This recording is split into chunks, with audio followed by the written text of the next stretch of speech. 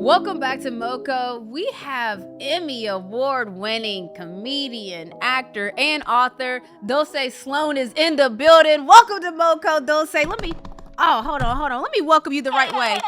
Let's go, man. Welcome, Dulcé. That's the best sound in the world. I don't know what them Jamaicans was thinking when they made it. Man. What? What a time. What an amazing sound. Just if your day's ever not going well, just you'll always feel, even if it's for 30 seconds, you'll feel better. It's a whole energy. There's an energy about it. It's like, you know what time it is when you hear that. And so I'm just going to, even talking about that, I'm already had questions we were talking before we even started. I'm going to kind of re-ask it, but if people don't know, you worked on The Daily Show, and I had a question. I'm like, what is that like? Because I've heard working on Saturday Night Live is a whole week of just drilling, training, learning. And then I asked you, like, what is it like working on The Daily Show? And what are your thoughts? This is the thing. You get no training. Like, when you work on SNL, you're not training. You're getting ready for the week. So you're writing the sketches. You're doing the sketches. I have a bunch of friends on that show who are writers and performers. And you're just getting ready for the week. And the same thing with Daily Show. It's, okay, here's the stories for the day. This is what we're going to do for the day. But, like, usually when you start, like, best example is an office job, or even if you start working at, like, fast food, somebody's like, okay, here's how you drop the fries, okay? Here's how you cook the burger on the grill. Or here is how you work the register, right? It's the running of the bulls. So when I started Daily Show, they were like, here's my office, go to a meeting. Go to this meeting. Go to this meeting. But, like, when you pitch, they're like, okay, pitch ideas. No one told me how to write a pitch document. Yeah. I had to ask Roy and go like, what am I doing? And so, or, get to know the people in the field department, or you have to get to know people to go, okay, I don't want to look like I don't know what I'm doing, but I truly didn't know what I was doing, because you don't get real training. This ain't Old Navy. Like, no one is telling you how to put the theft deterrent on the jeans. No one's showing you how to do that. You have to pay it. You have to really sit there and listen, and then find another black person there and be like, okay, what the hell is going on? Can you tell me I'm just trying to pay my rent. Can you tell me how to do this? And so eventually you're always catching up until eventually you figure out what's going on. But, like, no one sent me a formal like, I had to look at the emails and go, okay, this is the format, right? So someone was like, okay, if you're going to pitch, you use this email. And I'm like, okay, is it always like, so you have to just go, all right, they're sending me pitch emails. I'm on these emails. Let me do this like this. And then let me pay attention to who's pitching and what they're pitching. And then it's like, okay, well, I have to find out what stuff that's going to be relevant for me, because there's a lot of the writers were white men. So they don't know how to pitch for me. So I had to figure out how to create opportunities for myself at a job that I got hired on. Wow. That's like, first of all, I think a lot of people might be able to relate when they go into a job and they might have, made the resume look real good and maybe not have known exactly what the job is and had to figure it out. But this is a different type of beast, because when you think comedy, you don't necessarily think I need to learn how to fill out this form or this pitch or to do. That's what comedy is. Well, okay. So then why don't you know? Because you're working at a job still. Here's the thing that, like, one, I'm not a writer on the show. Two, when you're working at any job, so I got hired to a TV show, right? So I thought it was going to fall more under what my idea of being on, like, a sitcom was, or a scripted television show. This show is a news show that is a comedic news show. You see what I'm saying? Yes. So so I called my mother and I was like, Mama, I worked hard to get out of an office, and then hard worked myself back into an office. I got you. Because when I got there, I was like, wait, is that a kitchen? Are people's food labeled in here? Is that a break room? It felt real similar. I can't. Mother, I'm back in an office. So, like, the whole goal, and then they showed me my office. I was like, Lord, I did it again. But at least it's my office. And I had a window, and then I lost my window, and then I got another. So it's just like, but you don't know, because the way, hey man, Taco Bell and McDonald's are both fast food restaurants, but they're not making the same thing. You see what I'm saying? Yeah. You're not making tacos at McDonald's. I'm gonna have to skip over you got your window and you lost it, because I kind of want to know how you lost it, but then it's They like just switch your offices. Again, you're in an office. So they're like, okay, we have to shuffle everybody around. Or they did construction and they redid the office. So then you get moved around because it's an office. And so when you're working at any other of those jobs like that, like my friends that work at SNL, they have an office. Like my friend who's a writer, she has her office. Yeah. My friends who are actors, they have their dressing room, they have their office. You're still in an office. You just have to put people places. So, but when you're working on like a true sitcom, then you've got your trailer or whatever, or your space that you're at, but you're not truly, someone hands you a script and you're on set. Yeah. You're not in the process of creating and writing these things. That's the difference. Wow. But everyone's formatting is different. Also, the writing for a sketch on the show is different than the writing for a desk piece on the show. No, I'm really listening because this is very informative. It's kind of like taking a peel back. So when we celebrated an office celebration, like, so sports, we pop bottles, pop champagne when we win. We did the same when our office sold out 20 games, right? What did y'all do when you won an Emmy? Like, what is y'all's turn up? What does that look like for y'all? Because I want to know what it's like to win an Emmy. Well, it's different, especially when the host of the show does the acceptance speech and doesn't say your name. So, my celebration was different than everybody else's celebration because I wasn't acknowledged when they won. So, even though I worked on the show. So, oof. You go to the back and then there's cameras in your face. So, it's somebody being like, you want an Emmy? And you're like, yes. And then they're talking to everybody. Because the thing about when a TV show wins an Emmy, it's everybody who works on the show. So it's not just, so like, for instance, when a show wins an Emmy, if it's not the individual person that won, so if it's not like the writer, the director, the actor, the costume designer, when the show itself wins, then the executive producers and the producers of the show win Emmys as well.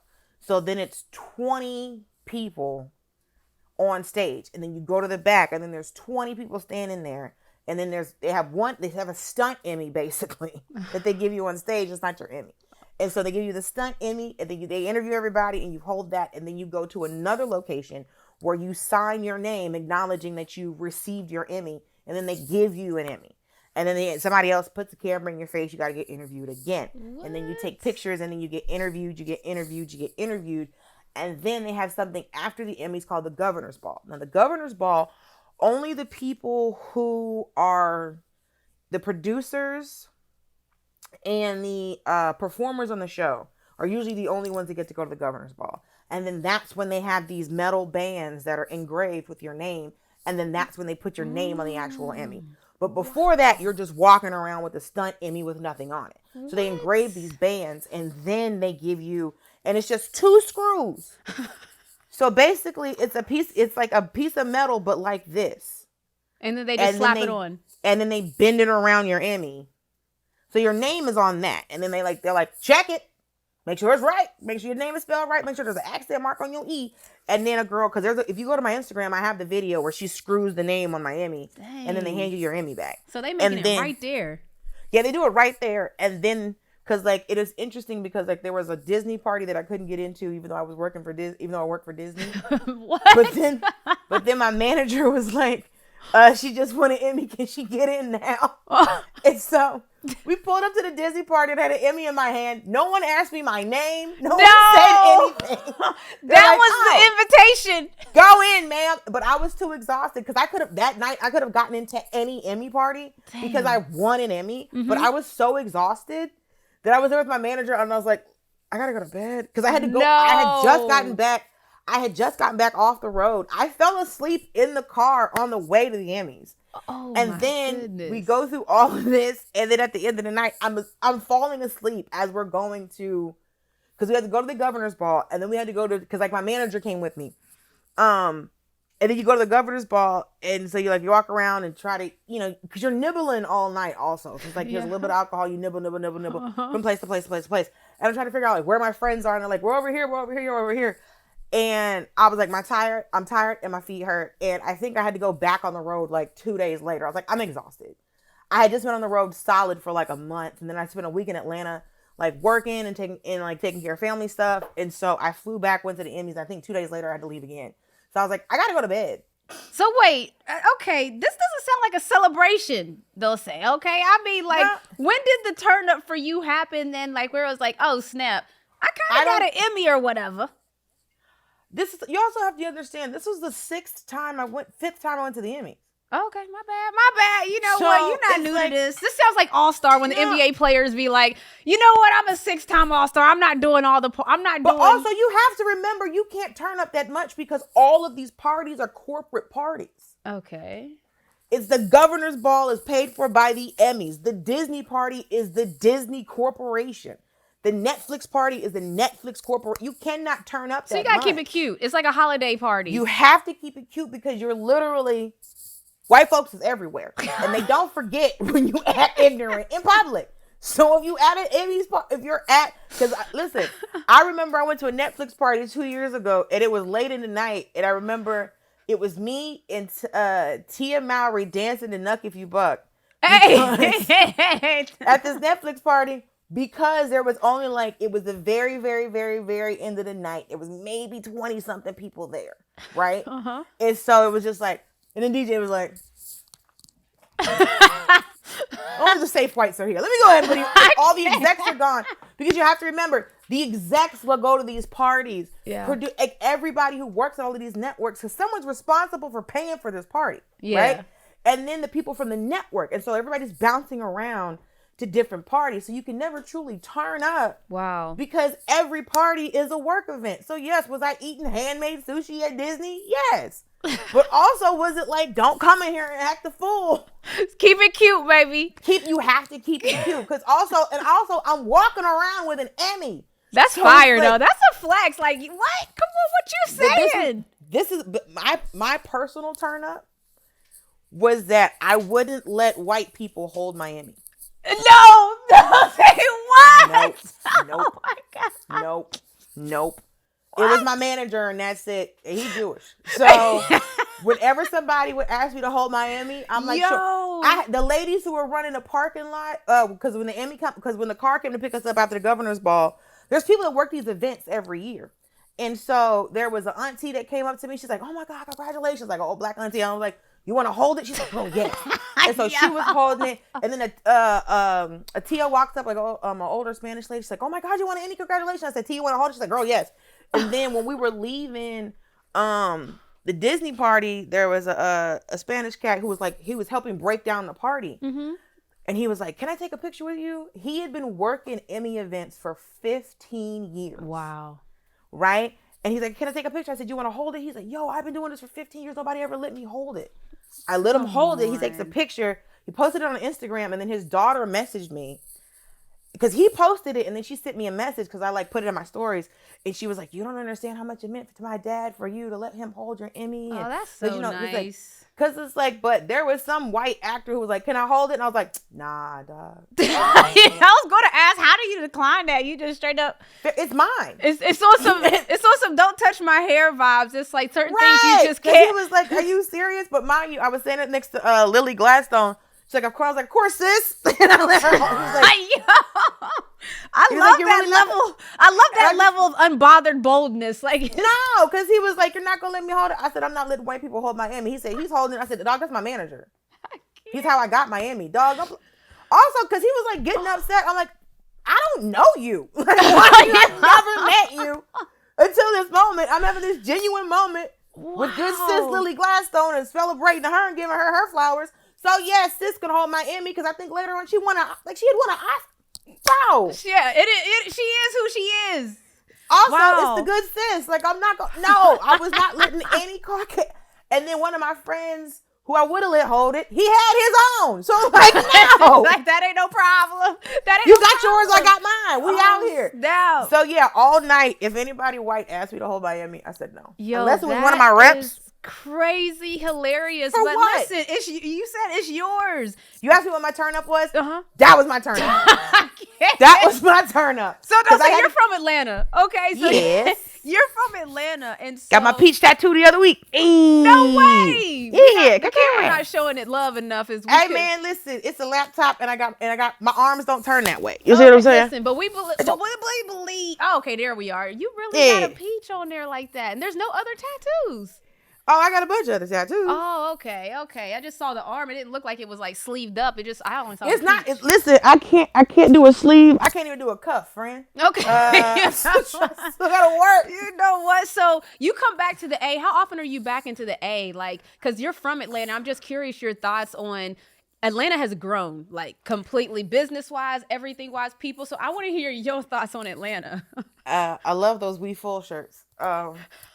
Those what shirts? The shirts that say We Full. Oh.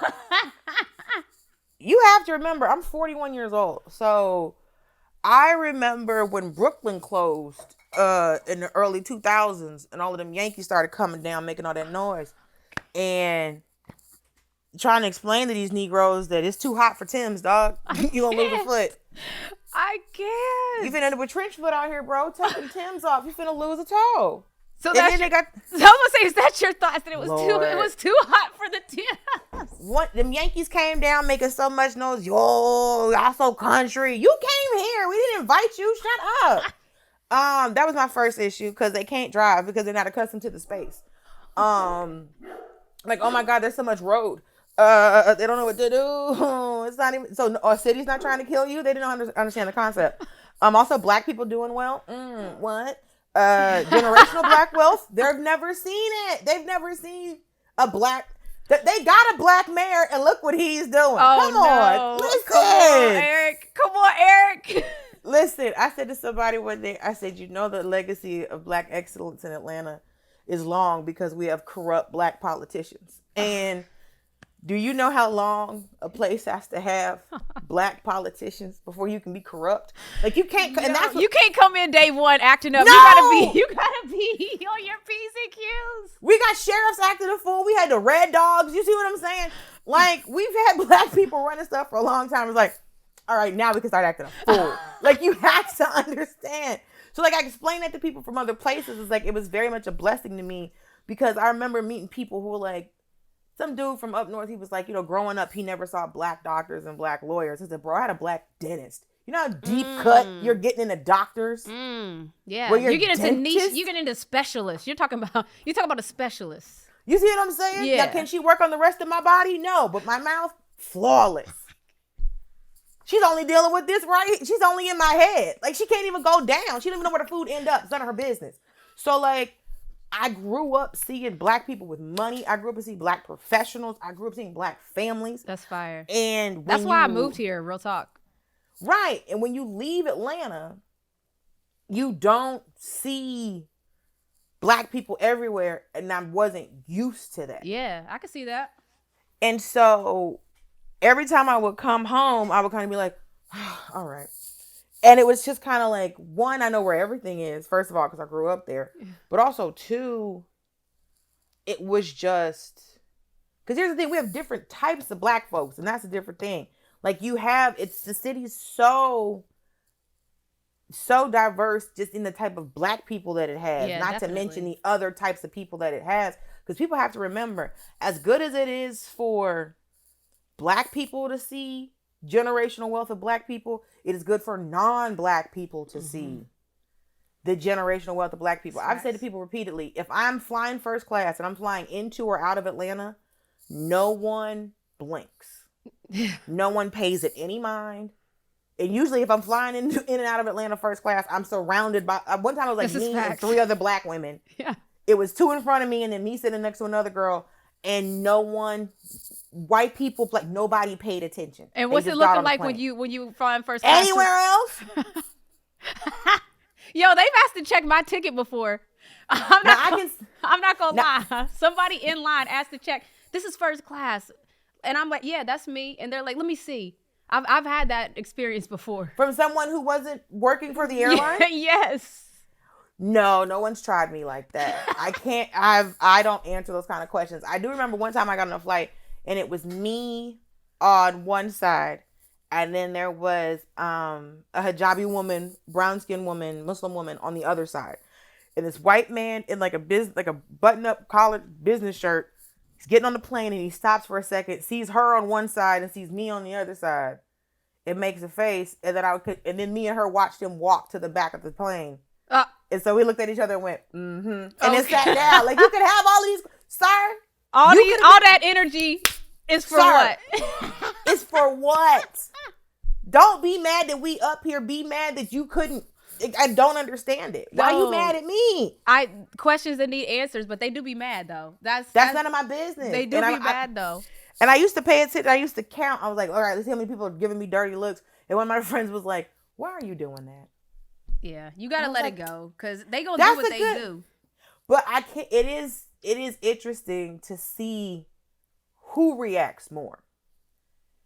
And depending on where you're going, sometimes it's like black people looking like, well, how'd she get up here? Hey, listen, I know I was on that flight I'm sitting with 3 baddies and then me. We know I'm not going to see no basketball player. You know I work for this.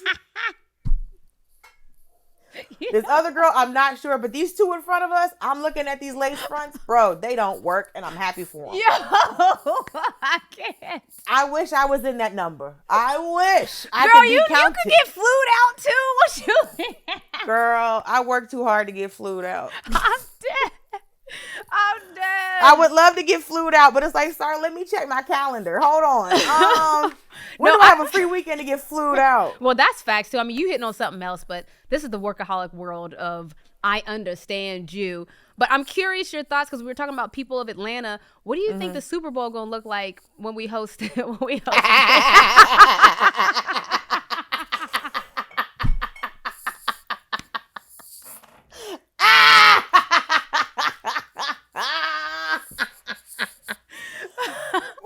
We were hosting the Super Bowl. I was like, yo, both teams losing, bro. Both teams are losing.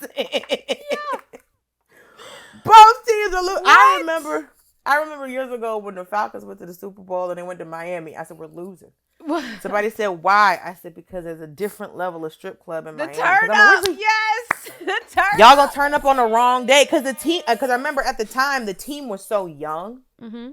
Like, so many guys on the team were so young, and I'm like, these boys ain't never. Oh my gosh! Yeah, they Miami the time strip of club their lives. Right, and they're gonna celebrate on the wrong day. Yeah, y'all are celebrating. You went to the Super Bowl. No. Celebrate after the game. Young man with the actual apostrophe in your first name. You're celebrating at the wrong time. Listen, I'm looking forward to the amount of cars that are gonna get broken into. Oh no! My car just got stolen 2 weeks ago. Girl, no. Yeah, they took it straight broad daylight, took the whole thing, went joyriding. Let me say, I realized that as I got, I have to acknowledge that the fact that a lot of these stunts that's going on in Atlanta, they're not being made by people who are from there. Oh. You are desperate from wherever you were from. It's like Miami in the 90s. Mm. Like Miami blew up in the 90s and it was people coming from other places doing dirt. Yeah. And so as Atlanta has blown up, it's when people see opportunities, there's always the scamming folks and the crooks that are going to come after. That's true. Because it's like, well, if they get money, we have to take it. Like, you see what I'm saying? Yeah. So I remember how the city shifted. And so it was the more and more opportunities were coming, more the crime goes up. No, that makes sense. Because, there's the joke of like nobody's from there. We're not originally from there. I'm originally from Miami. Mm. But I grew up mostly by Atlanta rules, I'm from there. I went to elementary, middle school, and high school. We would go back and forth. You're from here. Right. But I also grew up mostly in Gwinnett. So when I was in Gwinnett, no, we were in the city of Atlanta for like a second, but we were in East Point, Austell, Sandy Springs, Norcross, and then we were in Stone Mountains. We basically went around the perimeter. Wow. Yeah. So you got a little taste of everything. Right. We were in College Park, and then we went all the way around. And so there's just that little piece where I guess we're at the airport. I don't know, but there's a little piece down at the bottom. We never hit that. But we basically went all around, and we lived in the city of Atlanta for like a second. And I was like, yeah, we got to get out of here. But because it was just a different situation because we'd always lived in, the suburbs around. But we lived in Gwinnett from when I was in the 7th grade until I graduated from college.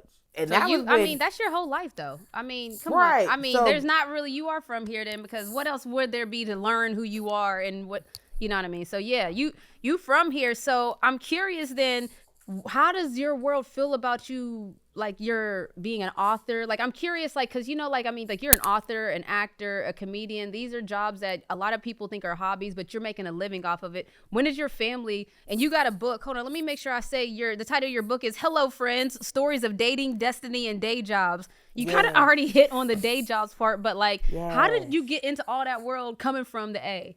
I started acting in Atlanta. Okay. So I had agents. I was booking stuff. I was an extra on an episode of Meet the Browns. I was in one of the promo commercials. Like, I did work in Atlanta when I could. Yeah. I would do like the 69-hour film independent film project. So like I also was in plays. I was in a lot of plays in Atlanta too. So I was always working and acting in Atlanta, and then I was in an improv troupe for 2 years, and then I started doing stand-up. Gotcha. So I did and I did summer stock in college, and then I worked in Quakertown, Pennsylvania for 3 months when I was in college, and then I worked at a theater in Highland, North Carolina, like out of college. But my whole career started in Atlanta, because like when I did Meet the Browns, that was Tyler Perry's first studio. I was just about to say, I mean, because it's different now. Like, I know, like... Oh, he got Fort McPherson. Like, it was, I remember the first studio, the one where, because if you watch the movie, The Family That Prays. Oh, yeah. When Kathy Bates is in front of that lake, mm-hmm. That was the back of the studio down by Greenbrier. Like, that was the studio itself. So, but I never met him. I did not meet Tyler Perry until my mother did a book signing at the Walmart on Glenwood, and I met him then. And then I didn't meet him again until he was on Daily Show. Wow. And I got to tell him that I was on Meet the Browns. Life is that was a 360, a full circle moment right there. Yeah, but it's like, it's so many people move to Atlanta because of the opportunities you can get. It's interesting because I was in a play with somebody for like a year, one of my friends, and after we did the play, he moved to LA, and then 6 months later had to move back to Atlanta because he had booked Walking Dead. Oh, snap. And he was one of the principal actors, one of the main actors on the show. That's big time. That show got 11 seasons. That's big time. Right. Big time. But here's what you have to remember. He wouldn't have been able to book that role out of Atlanta. Because they didn't book main characters out of Atlanta. He had to move to LA, get cast, and then move back. Because the way that the studios were doing it at the time, and I think a lot of them are still doing it, it's called day player work. So you're never the main cast. Yeah. There was some girl, I never knew her name, but if I didn't know a show was shooting in Atlanta, one, I always know. Two, like she was in The Blind Side. There was like the 2010s. Like that girl was in everything. But she was but she was never in the main cast. So is that like a stigma for Atlanta acting? Is it kind of like they're like... It's not a stigma. Oh, it's not a stigma. It's not. It's really just the level is different. It's not the level. It's the it? casting.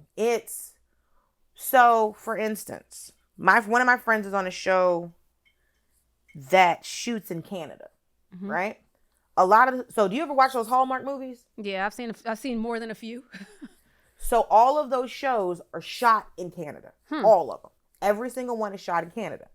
And so you'll start to notice when you watch enough of them, hey, I know him from, hey, I know him from, hey, I know him from. The principals are cast out of America, and then they shoot them in Canada because it's cheaper in Canada. Gotcha. If they shot it in LA, they would use locals from LA. Every production has done this through the history of time. You cast your leads, usually out of LA or New York. Mind you, those people don't even have to actually live in those places. So there are leads who live in, like one of my friends, he lives in Texas. So he goes to New York to shoot. and then, but it's New York local. So every production does this. Gotcha. You have your main actors, and they travel in if they don't live in that place, and then everything else is cast locally.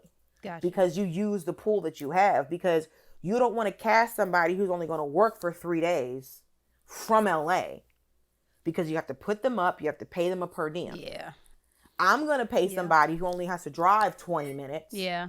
Who's only going to work 3 days. Every production has done this through the history of time. No matter where you were shooting, if shooting a movie in Arizona, you cast your leads, you stick them in Arizona, you pay for their housing, and then every other role that is not a main role in the play. But that still doesn't answer the question of why can't an Atlanta lead be casted in Atlanta if the show is going to film in Atlanta? Like, why do you see most of your big time leads coming out of LA instead of Atlanta if it's going to film here too? Mm. Oh. Because I'm like, I was just curious, like, yeah, because that's what, but that's what I'm trying to explain to you. It has nothing to do with the city of Atlanta. It has nothing to do with anything, because before everybody was shooting in Atlanta, they shot in North Carolina. Gotcha. And then before that, they were shooting in Louisiana. So you go where your tax incentives are. Gotcha. And then you cast your leads out of. Now, I'm not to say that leads haven't been cast out of the city that they're in. Yeah. Or people have to get replaced, but that has always been how it's been done. Gotcha. And every city that has people coming in from somewhere has said, why can't you cast your leads out of here? And a lot of times it comes to, they think that the person doesn't have the experience. That's what I was thinking. You couldn't do that. But there's plenty of people who have full resumes. Yeah. From their local city. But the thing is, you never played a lead role because you're only doing the roles that they cast locals for. Yeah, those day jobs. Right. So that's the day players. The day players. So that's that could be their rebuttal, where it's just like, well, now if you have a production that is, there was a show, Atlanta Homicide, I think, that used to be on, I don't know what network it was on, Ion or something, but it only used Atlanta actors. And it was set in Atlanta. It only used Atlanta actors. And now it wasn't on a major network, but it was a show that was cast. And a lot of times with movies, especially like black movies that you'll see on streaming services, they cast exclusively out of Atlanta or out of Houston, and that's how they do it. But that's where the production is based. No, that makes sense. So okay, last question, because we're talking a lot of Atlanta. You grew up and lived here. I'm curious, during the holiday time, what was kind of some of your favorite holiday traditions that y'all had here? Did y'all go places, or was it contained inside family? What's holiday traditions look like for you? Because you're on our Christmas episode. Well, this whole month is Christmas episodes for me, but yeah, what's some holiday stuff? Give me some holiday vibes. One, my mother never told us Santa Claus existed. She didn't tell us he didn't, but she didn't tell us he did. So what did you think when you was little? That Santa wasn't real. Because it didn't make sense to me. I don't know this white man. Why is he climbing in my house? Also, I don't understand why we are maintaining this lie. My mother worked very hard to get us Christmas presents. Why are we giving credit to a mythical person? Also, this is supposed to be a celebration of the birth of Christ. I think that's my mama's main thing. It's like, no, we celebrate the birth of Jesus. I don't know nothing about this fat white man. She wanted you to know her presents came from her, baby. Like, forget that. I mean, she didn't say that, but I caught the lead. And also, as I'm talking about, I had to be 5 or 6 years old. I remember kids at school talking about Santa. I'm like, this sounds crazy. Why were you so aware at 5? What are we talking about? Because it sounded stupid. I said, you mean to tell me? First of all, I was like, okay. I remember I had to be like 5 or 6 at first. I was like, this is dumb. And as I got older, and then they had like the Santa tracking system, I'm just like, this is insane.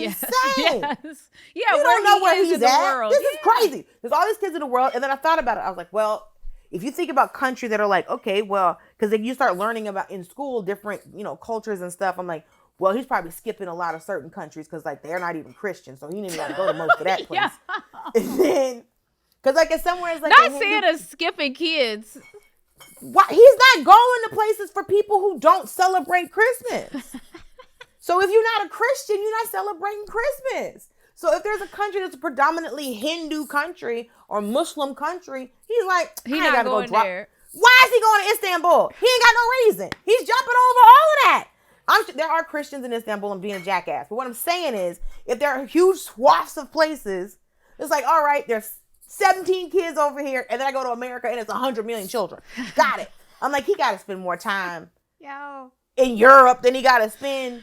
You see what I'm saying? In India. This is crazy. I see where the logic lies. It bothered me so bad. And kids were getting upset with some kids like, Santa's not even real. And somebody was crying. I'm like, why are you crying? Why is this an argument? Y'all both sound dumb. He doesn't exist.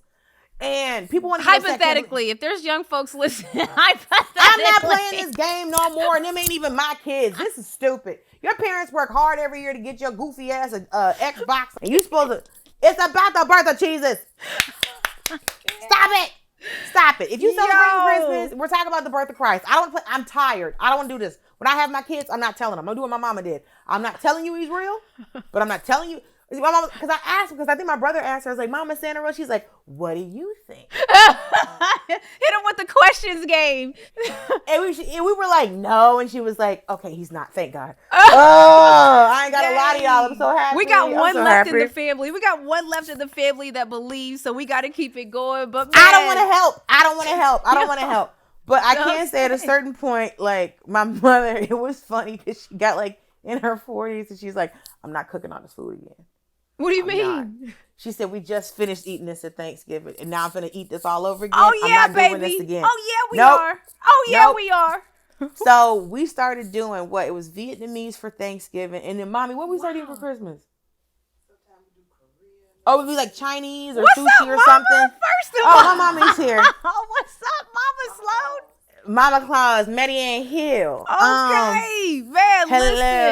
Listen. We are past our time. I'm sorry to keep apologize. you. No, I apologize. Yeah. I was trying to ask you any and everything because you got a beautiful, hilarious mind.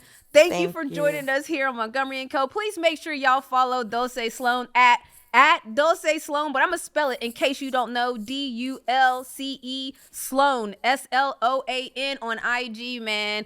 Make sure y'all. It's pronounced Dulce. Yeah, like dulce de leche ice cream is what I was thinking. Yes. Dulce. Oh, it's dulce? Mm-hmm. So I was saying it wrong this whole time? Girl, you're from Georgia. It is fine. It is. Ma'am. No one said. Only people who speak Spanish say my name correctly. Even they want to mispronounce it because they think that's not actually my name. Well, my wife is Dominicana, so she would have it perfect, I guess. Yeah, so tell your wife and she can say, oh, dulce. Yeah, dulce. Because listen, she did already. That's the problem. That's right. I remember when Dominicans hit Atlanta and they were like, Dulce? And I'm like, I'm just black. I don't know what to tell y'all. Yo. Honestly, we were on different boats. I could have been Dominican. You could have been from here. You definitely could be. I'm sure people. When my hair was straight. Yeah. When my hair was straight and I would go to the Dominican salons because they were the only ones that were just really laying it down. But, you got to be careful. So I speak Spanish. So they were way nicer to me. But also I spoke Spanish, so they had to be nicer to me. And that was my hair would be, it was like the only time you get like a blowout and your hair was still you got it bubble whipped. You got it butter whipped, baby. You was laid. But I can't tell you they'd be like, oh no, we're not going to put all that heat on your hair. They put you in rollers and put you under the dryer. They put me in rollers, put me in the dryer, and then when they took my rollers out, they wouldn't do that hard blow dry straight. They'd be like, oh, Dulce, your hair is so pretty. We're not going to do all that heat on your hair. Mind you, this other lady's hair is smoking like a 4-alarm fire. But they're like, nah, we ain't going to do that to you. No, Dulce, no vamos a hacer esto. Es mucho, no, mucha calor. We're not going to do that for you. And I'm like, oh my gosh, y'all. My hair done. Hilarious. Follow her wherever she goes. She's funny. I know it has to be pressure all the time, being funny all the time. Dulce, like dulce de leche, right? Like, it's me. Yes, it's dulce de leche. I'm so glad when them blunts came out. Dudes in Atlanta was like, oh, like the blunts. And I'm like, yes, like the blunts. I didn't even know we was making flavored blunts like that. Okay. That's none of my business. That's not my ministry. Thank you for joining us on Montgomery & Company. Please come back next season, please. Bye. Bye. WABE.